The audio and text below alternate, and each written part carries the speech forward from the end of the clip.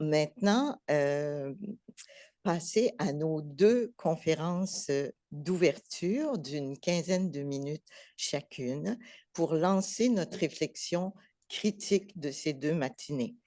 Nos deux invités vont s'adresser à nous par Zoom. Ils sont tous les deux à l'étranger. Le second que Mme Guébremont a évoqué, M. Meyer-Bisch est en Suisse et notre première invitée est à Londres, je crois. Il y aura une période de questions après leurs deux conférences. Alors, n'hésitez pas à commencer à peut-être noter quelques-unes de vos réflexions. Donc, la première invitée que nous allons recevoir est Madame Alexandra Xantaki, qui est rapporteuse spéciale des Nations unies dans le domaine des droits culturels. C'est une auteure de plus de 50 ouvrages autour des droits culturels. C'est une femme qui enseigne à l'Université Brunel de Londres et sa conférence s'intitule « La valeur ajoutée au capital culturel des migrants pour la société ». Madame Xantaki va s'adresser à nous en anglais. Et so, are you there, Alexandra Xantaki? Do you listen? Well, Yes. hello, good morning, Hi, good can you listen? afternoon. Good afternoon, afternoon. maybe. Yes, okay. Good morning, So good afternoon. we are all with you, so go ahead, and I will give a little sign in 3 minutes at the end, okay? Thank you. Thank you very Merci much. beaucoup. Bonjour. It's a real pleasure to be with you today. It would be even better if I was there in person, but unfortunately, this time it has to be virtual. And in addition to being very happy to see old friends and new friends, I'm also really interested in the cross-section of cultural rights together with migration and together with the media. I think that this is a very interesting topic, and this is a topic we don't talk enough about.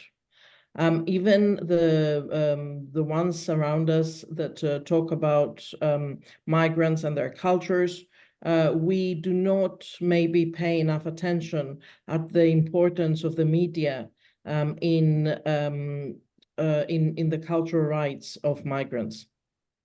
And it is fair to say that migrants are not favored by the media at the moment and in the recent past. I am very concerned about the dehumanization of migrants and the dehumanization of migrant cultural sector workers. We see at the moment that artists that come from Palestine have been dehumanized in the West, and their cultures are being severely undermined. We have seen in press being called the same as ISIS terrorists and being silenced because allegedly their cultures are not as good as the cultures of the civilized ones from the West. In Greece, my own country, last year only, we had more than 30 femicides. So more than 30 men killed women. And media have reported how the police, the families, the society have tried to cover up the issue. In actual truth, there is still a question whether we should call this crime femicide or not. Yet, at the same time, while this is going on, in the Greek society, there is talk again and again and again about how the migrant cultures have to respect our way of life, as if our way of life does not include the feminicides that are going on. And especially that we have to respect, we have to ensure that migrants respect women's rights, as if we, the Greeks, do respect women's rights. In Britain, the British media make the point that Albanian migrants are all somehow in gangs, and that this is part of their culture.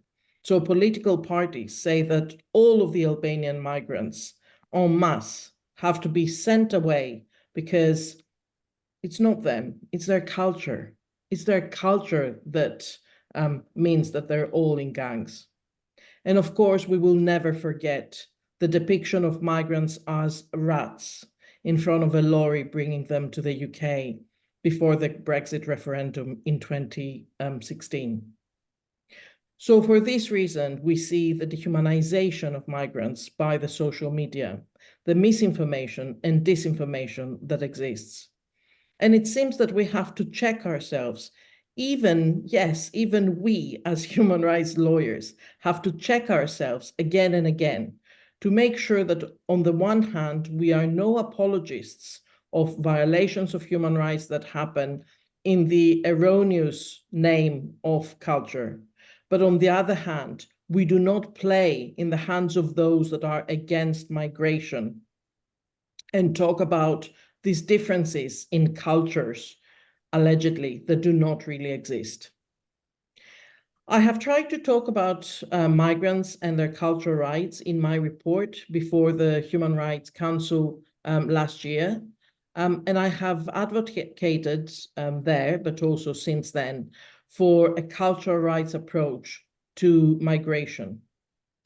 And what really this means, and what I mean by that, is that we really have to ensure that migrants who come to our territories and migrants who go to any territory are not only guaranteed civil and political rights. We do not only talk about non-refoulement, although we should talk about that as well. And we do not only talk about arbitrary detentions, although these are very important violations still occurring every single day. But we should also talk about how the cultural rights of migrants, newcomers and migrants that already have been in the host country for some time, are respected or not. And we need to be more outspoken about the enhanced risks of violations of cultural rights that the migration process entails, and especially the enhanced risks that they face upon arrival in a host country. We need to be aware of this reality that is not often expressed. Migrants do not vote, so they are not at the high list of politicians and political speech. But we need to ensure that we, put this agenda, this item, high up in the political agenda. Going to a new place is no small issue. We need to be aware that there is a constant pressure for all migrants to constantly reframe their identity between the old cultural resources and references from the previous countries, the previous communities, and the new host society. Migrants always have to strive to find a balance between one's values and practices and the practices and values of the host country that very often are the same, but are presented in a different way. And even to understand the once rich and complex identity, but to understand the rich and complex identity of the mainstream. So what I advocate through the cultural rights approach is that we should not focus on the cultures of the migrants, but we should really focus on the migrants of the mainstream, the host states that are so illiberal, that they're so afraid of the other, the foreigner, so that they continue to violate their cultural rights. This is not to say that migration is bad. Migration is good. Migration is a real experience of cultural dialogue and negotiation, internal negotiation and external negotiation with others. It develops one's awareness of what is important and what is less important, and the diversity of ways one may choose to exercise a right, and the ability to question perceptions, behaviors, and practices in light of one's values. It encompasses what Kymlicka puts forward as the revisibility and the reevaluation of our own cultural frameworks. And migration is really good for the whole society. For them, it is very much about reevaluating their own cultures and pushing forward and maintaining the dynamic nature of culture and fighting stereotypes. Migrants have to be able to find validation of their dignity in society, and they have to be recognized for who they are and how they can contribute. The migration in the whole society allows the possibility of having a different perspectives on the habits, behaviors, and practices of that society to challenge the status quo where it does not fully respect the human rights for all. In essence, though, and under all this, lie legal obligations. Legal obligations that states have undertaken under current standards of international human rights law. States did not have to sign and ratify international conventions that recognize cultural rights, yet they did. So they have to make sure that they respect the legal obligation they have undertaken to respect cultural rights for all, irrespective of their status, whether they're documented or undocumented migrants, students, migrants that are just there for a day, or long-term migrants. How do I feel that this can happen? I think that the media are important allies in this, although unfortunately, so far, they have been more of an obstacle rather than an ally in trying to ensure that cultural rights of migrants are recognized. States very often tell us that it is an ongoing process and they have to rely on the society and on the media to do their job. They do not. States are under the obligation, specific obligation under CERT Convention, so the Convention on All Forms of Racial Discrimination, to take positive measures to ensure that migrants can participate in the cultural lives of the state and the society, and also that they're not going to be, and they are not discriminated against. Freedom of expression has limitations. It is not unlimited.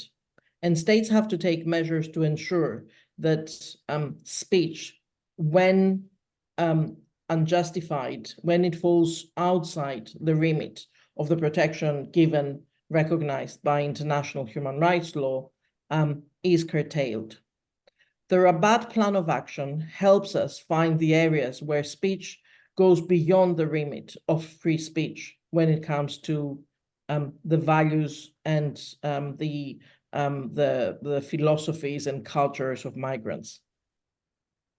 So it is very important for states to limit speech that violates migrants' rights, taking into account the intent of the speaker, the content and form of the expression, the extent of the expression, and the likelihood and imminence of violence, discrimination, or hostility occurring as a direct consequence of that expression.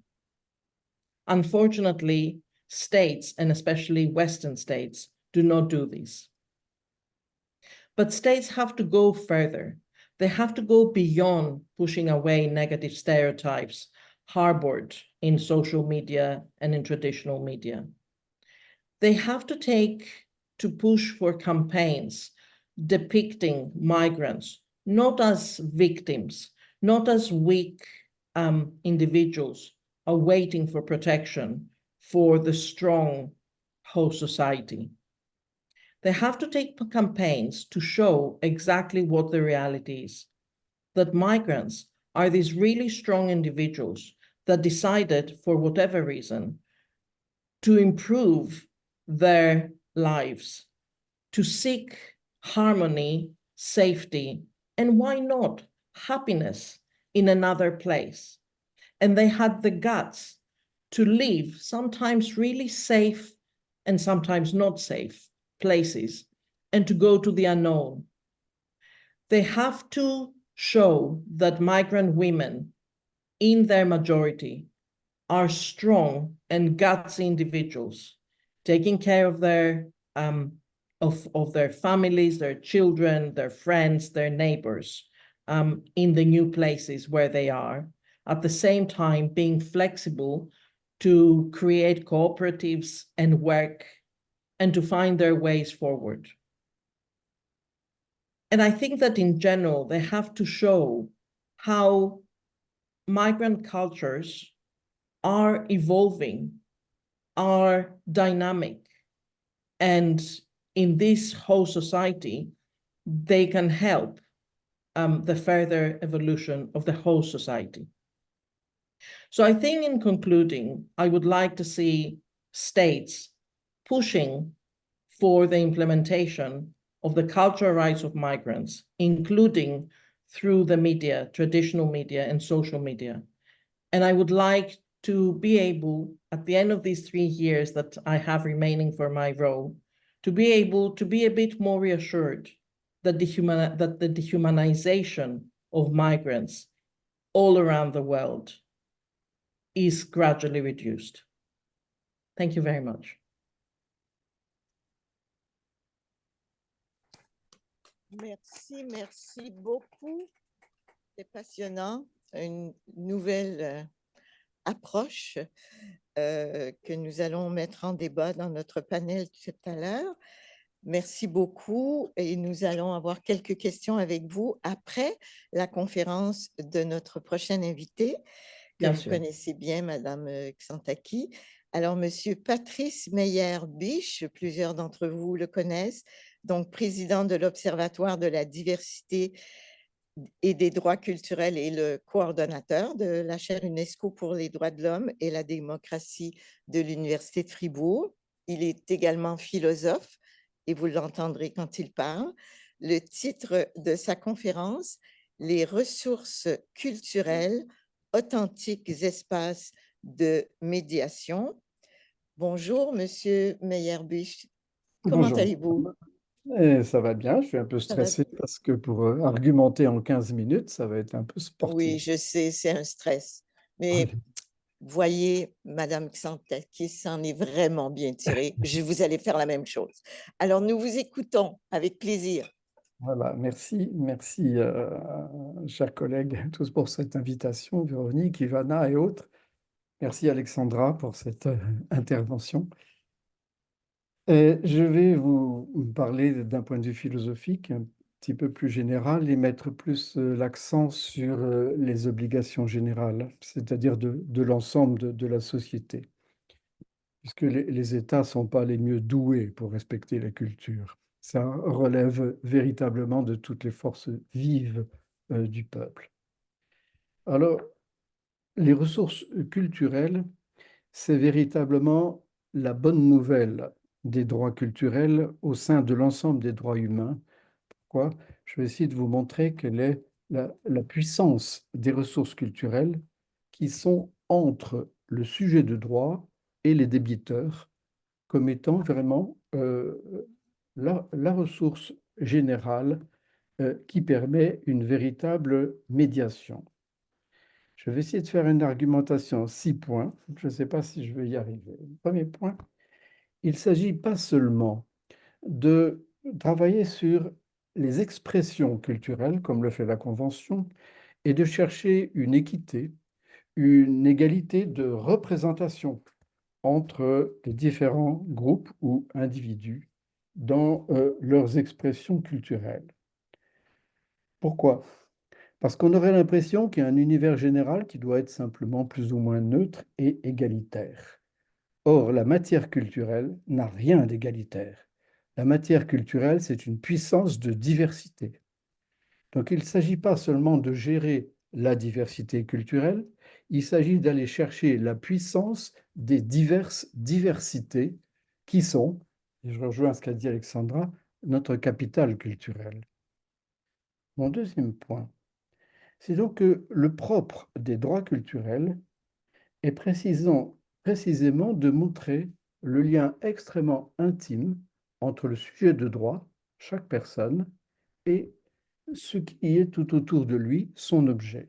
Autrement dit, il y a une intimité, chacun fait corps avec les autres et fait corps avec les savoirs, avec les objets qui l'entourent. Et ces objets sont précisément, c'est mon troisième point, les ressources culturelles. Donc, si les expressions culturelles sont subjectives, c'est-à-dire que chacun va exprimer ce qu'il semble, les ressources culturelles sont objectives, c'est-à-dire que diverses expressions qui se croisent, qui travaillent ensemble, constituent une œuvre. Donc je vais opposer, si vous voulez, les œuvres aux expressions, les opposer seulement pour les distinguer, puisque évidemment, une expression culturelle réussie, que ce soit une théorie scientifique, que ce soit un spectacle, que ce soit une pratique de cuisine extrêmement réussie, constitue aussi une œuvre. Mais nous sommes là dans le cœur même de la relation de droit entre le sujet de droit, les débiteurs, ceux qui doivent répondre au sujet du droit, et ce qu'il y a au milieu, c'est-à-dire l'objet du droit. Et l'objet du droit, ici, c'est un lieu intersubjectif qui permet de réaliser la vie culturelle, quelque chose de la vie culturelle.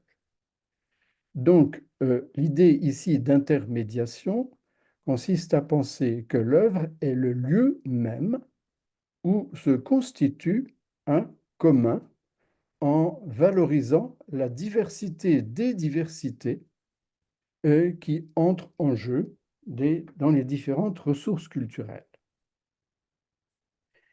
Ce qui m'amène à mon quatrième point. Qu'est-ce que c'est qu'une ressource culturelle? C'est d'abord un savoir, un potentiel qui en lui-même a quelque chose d'infini. Une discipline culturelle, qu'il s'agisse de la langue, d'une discipline scientifique, d'une discipline artistique ou d'une discipline sportive, a quelque chose d'infini, puisqu'on peut constamment progresser, et c'est dans sa dynamique même que se situe cet infini, tout en sachant que pour progresser, nous avons besoin de partager les savoirs avec d'autres. Mais plus que cela, une ressource culturelle, c'est une chaîne d'objets qui, à chaque fois, donne accès à d'autres savoirs. Exemple, le savoir lire. Savoir lire, c'est une ressource culturelle qui donne accès à des livres, ce qui est une deuxième ressource culturelle. Et les livres donnent accès à plusieurs choses. Ils donnent accès à d'autres livres. Ils donnent accès à des connaissances, des contenus, des savoir-vivre, des savoir-faire, des savoir-être, des savoirs communiquer. Ils donnent accès à un nouveau savoir-lire, puisqu'on développe ce savoir-lire-là.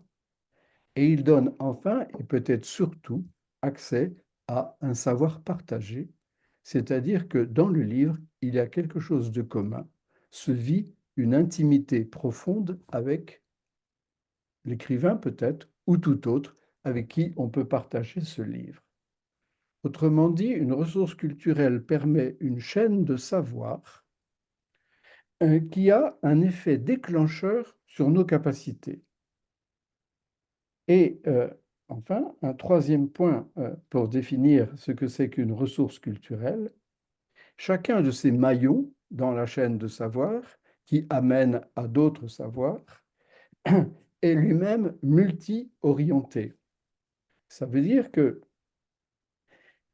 en faisant du théâtre, on apprend à gesticuler, on apprend à vivre son corps, on apprend à parler, on apprend la littérature elle-même, on apprend les émotions, etc. Et il y a la même chose pour chacune des disciplines culturelles. Toute science, toute discipline est toujours ouverte sur d'autres disciplines. Autrement dit, une ressource culturelle est une sorte d'éventail ou de fenêtre qui permet d'ouvrir sur beaucoup d'autres portes du domaine culturel. Nous avons donc là un puits de richesse. Il serait complètement aberrant de séparer les arts et activités artistiques des autres domaines culturels. Il serait complètement aberrant, comme on le fait souvent, de parler des activités artistiques et créatrices comme si les activités scientifiques n'étaient pas créatrices, comme si les activités pédagogiques n'étaient pas créatrices, etc.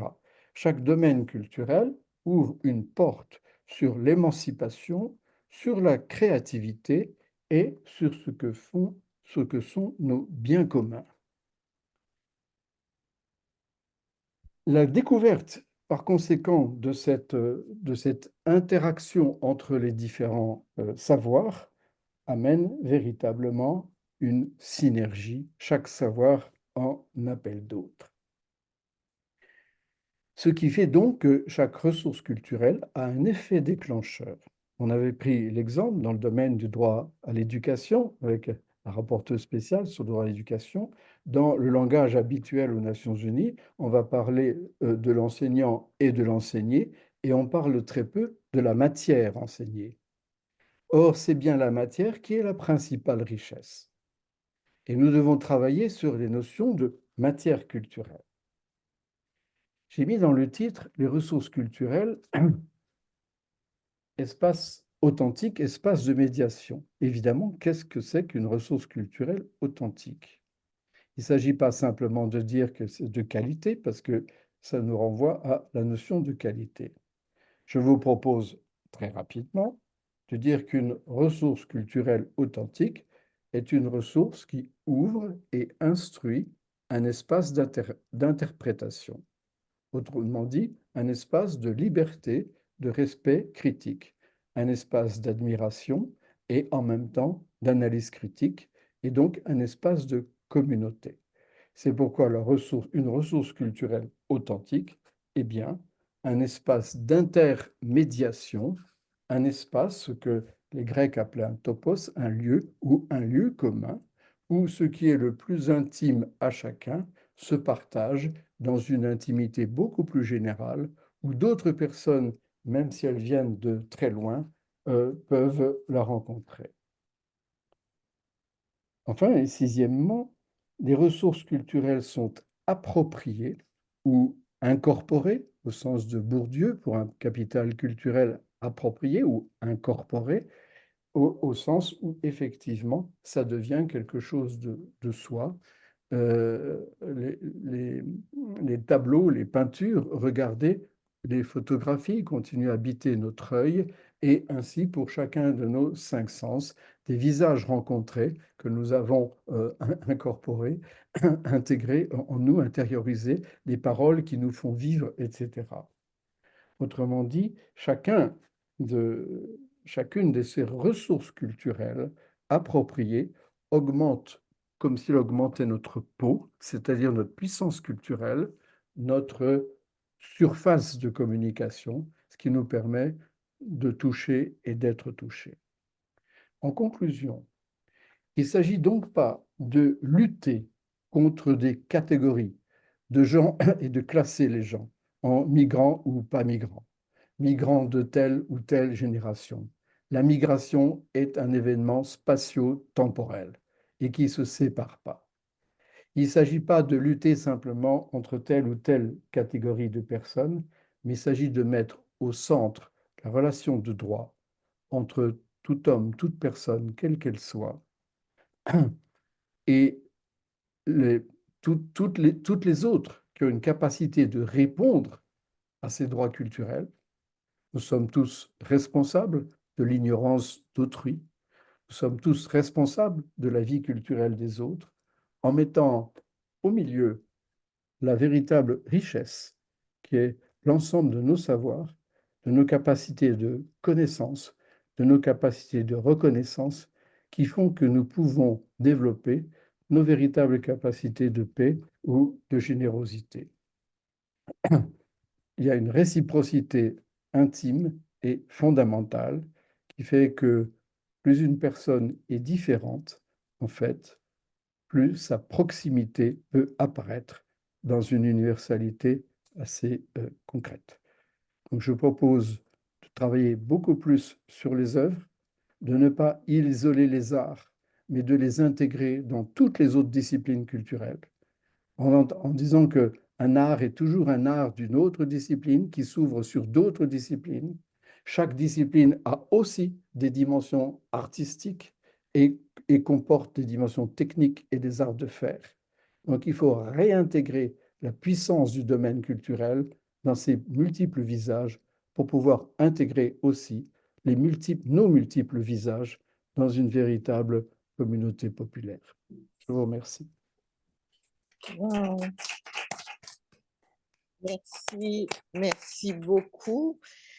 C'est comme si vos dernières paroles, Monsieur Meyerbeich, nous invitaient à une humanité augmentée par la contribution culturelle des déplacés, de ceux qui nous arrivent et qui devraient contribuer plus à notre vie culturelle, finalement. Alors, est-ce que il y a des gens qui veulent oser un commentaire, une question? Ah, bravo, nommez-vous et allez-y. Bonjour, ben, à moins qu'il y ait quelqu'un d'autre qui veuille Est-ce intervenir, c'est qu'on simplement n'entend pas bien pour... le son? Est-ce Oui, que ça va pour le son? Oui, Oui. ça va bien. Donc, Colette Brun, je vais briser la glace. Je vous remercie tous les deux. Thank you, Alexandra. I understand you can understand a question in French, or would you prefer that I repeat? OK. Más o menos. Je vais commencer en français et je vais terminer avec une question en anglais. C'est vraiment une réaction à chaud. Merci beaucoup à vous deux. C'est vraiment très enrichissant et en fait, ça ouvre beaucoup de réflexions. J'ai beaucoup aimé effectivement ces mots de la fin, M. Meyerbeich, sur la question d'éviter de nous classer effectivement entre migrants et non-migrants. Je vous rejoins totalement là-dessus. La question de la migration, elle est fondamentale, elle est de très longue date et ça évite effectivement certains égarements. J'ai bien aimé aussi votre idée de la culture.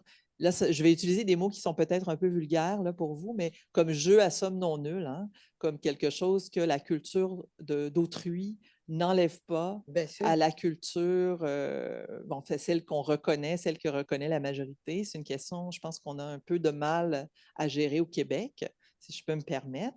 Et je vais nous amener un peu sur le terrain du Québec, qui est le terrain que moi je connais, sur ces questions. Bon, les droits culturels, ce n'est pas quelque chose que je connais très bien, donc je vous inviterai à expliquer et à excuser mon ignorance. So I will switch to English for this part of the question. In Quebec, when we think of culture is a very important topic in Quebec debate and in Quebec politics. And cultural debates tend to revolve around the French language and the identity of Quebec as a minority group in North America. And this complicates the issues of migration and cultural rights related to migration. And I hope not to say anything too, because it's a very polarizing and very sensitive debate here, so I don't want to use the wrong words. But I think much of it revolves around the issue of religion and religious beliefs and religious practices, and especially Muslim religious practices and beliefs. And I don't know if you can speak to these specific issues in terms of what we call here religious accommodations, and which we also have a challenge with the Canadian context having a very different view of the place of religion in cultural rights as opposed to Quebec because of the specific history here in Quebec. So I don't want to get into the big explanation, but I hope you are familiar enough with the context to speak to this. Et bien sûr, M. Meyerbeich aussi, je vous invite à commenter si l'anglais n'était pas trop rebutant. Ça va, Madame Santakis? You Yes. hear the question? Okay. Yes, I did. So I don't know the religious and generally the context in Quebec. So you will allow me if I say something that is very sensitive. I think that the emphasis on Islam and especially the religion, the Muslim religion, is something that, and the fear towards the Muslim religion is something that we can see in all parts of the world. Sorry, in all parts of the Western world. You know, I have three things to say about this. First, illiberal practices do not only exist in the Muslim, in the interpretation of the Muslim religion. all religions are great. The way they all advocate for positive values, but they are interpreted by most often by the elites, and most often by male elites. As a Christian Orthodox, I cannot go and take the blood of Christ when I have my period, because I am seen to be polluted. And as a Jewish woman, after I get married, in many parts, I should cover my hair. Mhm. However, we seem to make a big deal about Veil. specific practices when it comes specific to Muslims. So what I say is that we have to seek the balance between not becoming the apologists of violations of women's rights, Exactement. but at the same time not highlight violations of the other because we are afraid of the other, ignoring the same violations in our cultural framework. And the second issue I would say is that the interested group, the group we're talking about, must always, and their understandings and decisions must always come first. And this is what Susan Okin says: as long as the woman has the right to exit, and the woman has the right to exit if the state ensures that any woman has socioeconomic rights, including education. So as long as the woman has the right to exit, we should ask this woman whether they are oppressed. And we should believe this woman and not treat her as a child that maybe you are oppressed, you just don't know about it. Mhm. Because we have a Me Too behind us that showed us that Western empowered, appearing strong women were also not talking and not saying how they really had their rights abused by in societies where one could talk about cultural structures. Mhm. I think And that this third? is what, and finally, sorry, the third issue is that we should see whether the law is the right way forward. I am not sure whether having a law in France about auspicious religious symbols achieves the aim that maybe that law wants to achieve. Mhm. Thank you. OK, thank you. Voulez-vous rajouter quelque chose, Monsieur Meyerbeich, ou on passe à une autre question rapidement? Si c'est pas, oui. Dans une approche basée sur les droits de l'homme, on ne parle pas d'une culture majoritaire et minoritaire.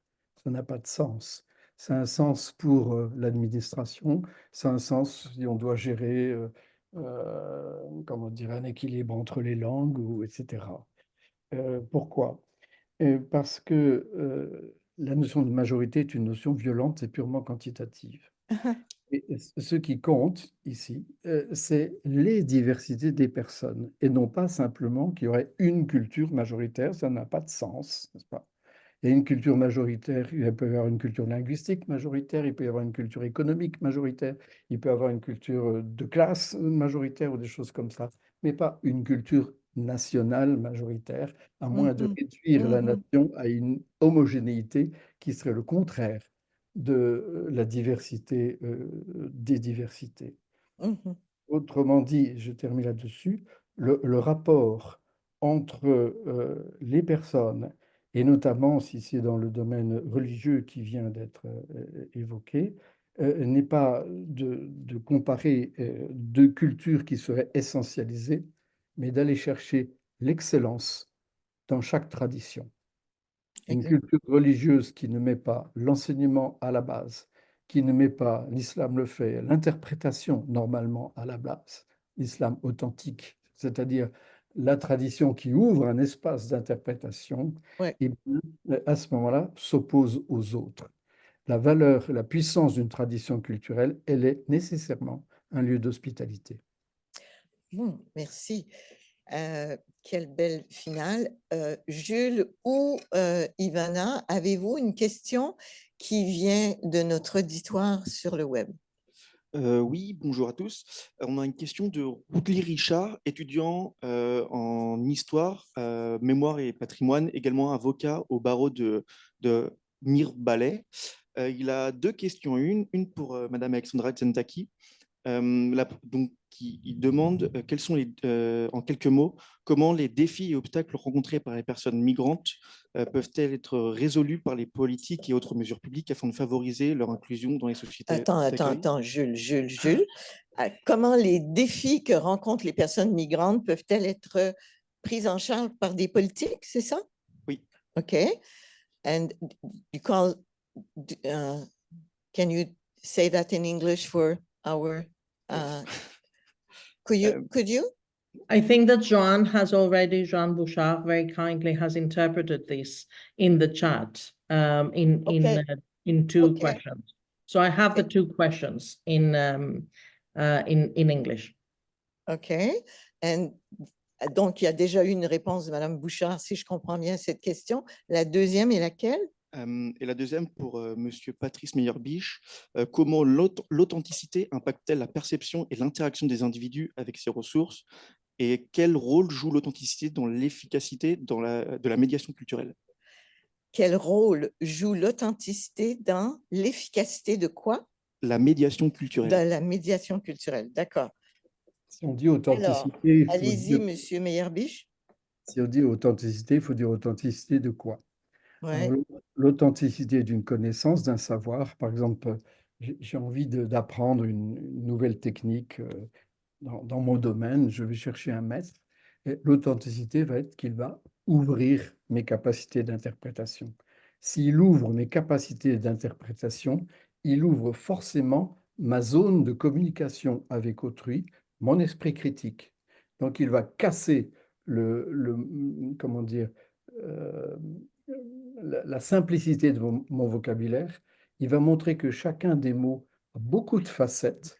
Et si chacun des mots a beaucoup de facettes, il a forcément beaucoup plus d'espace d'interaction. Donc l'authenticité va être partout, c'est la soif. La première phrase de la métaphysique d'Aristote, tout homme désire par nature savoir. La puissance de l'être humain et la puissance de la dignité, c'est la puissance du désir, la puissance du désir savoir. Et désir savoir, ça veut dire désir connaître, désirer connaître d'autres personnes, d'autres choses, d'autres objets, d'autres matières, d'autres valeurs. Et donc, à ce moment-là, vous êtes complètement dans l'intermédiation parce que vous savez que votre désir, il faut forcément une passion d'altérité parce que c'est la seule façon de trouver cette altérité qui en soit. Voilà. Et c'est dans chaque discipline va instruire des espaces d'interprétation, autrement dit des espaces d'intercommunication qui sont des progrès et qui permettent de développer nos capabilities. Voilà. C'est très court, hein, mais... Oui, mais c'est clair. Madame Xentaki, je crois que vous voulez peut-être répondre à notre about the issues and the laws Yes. and the... Okay. So I would respond to what policies and measures could be put in place to favor the integration and contribution of migrants to society while relying on their cultural capital. And I will be very frank. All measures should not be aimed at the migrants. All measures should be aimed at the non-migrants, so the whole society. So basically, we should stop creating more duties for the migrants, and we should educate the whole society about the cultures, the past, the history of the migrants and of the world. And I think that these are the policies and measures. And also there should be measures and policies. There are laws in the media that set limits to the speech, but these laws are not really implemented.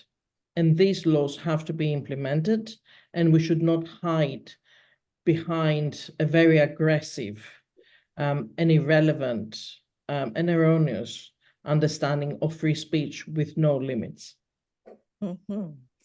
OK, merci. Écoutez, je prendrais peut-être une dernière question qui pourraient venir de la salle, si vous en avez? Non? Oui? Non? Est-ce qu'on aurait quelque chose de bref sur le web? Ou ce serait bien? Jules, quoi? Oui? Dis-moi. Non? Non. Je n'entends Il n'y en pas. a plus de Il n'y a questions. plus de questions? Donc, nous allons applaudir nos deux conférenciers merveilleux. Merci beaucoup à tous les deux.